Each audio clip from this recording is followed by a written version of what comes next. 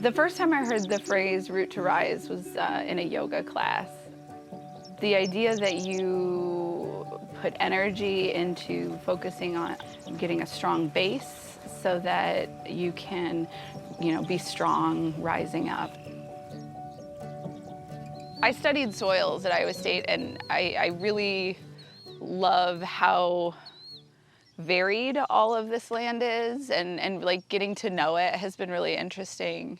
To know which pieces need protecting and which pieces, can tolerate being farmed and growing food. So I manage 5 acres here. It's certified organic. Got 2 beds of kale. I grow 6 varieties of kale. I really love greens. So this variety is Old Timey Blue. It's a variety from Seed Savers in Decorah. It has a little bit different leaf shape. It's got some pretty purple veins, and it's got a little bit more variability from plant to plant, which we actually like here. So it's one of the great things about direct-to-consumer marketing is that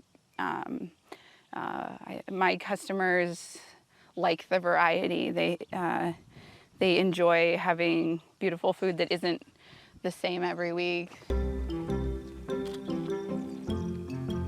And then we harvest them, mid-June through the first light frost. They'll withstand a light frost, and actually the flavor improves much like Brussels sprouts after a light frost.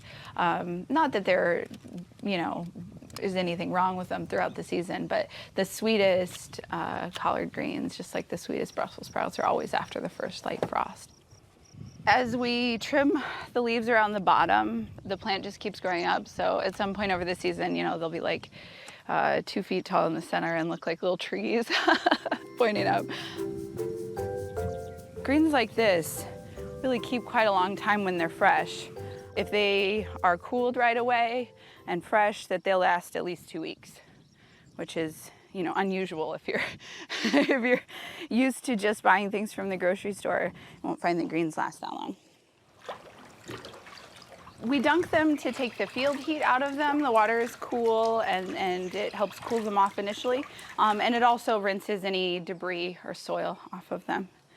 Brassicas, which would be any, collard greens, kale, broccoli, they have waxy leaves, so the water doesn't sit on them very much. So that's nice. I usually just give them a shake or two. My 2 favorite things to do with collard greens, it kind of depends on the season. In the late fall, I really love collard greens in green smoothies. It's a little silly, but I do. I think that people get stuck on the kale and the spinach, and collard greens are really great for that.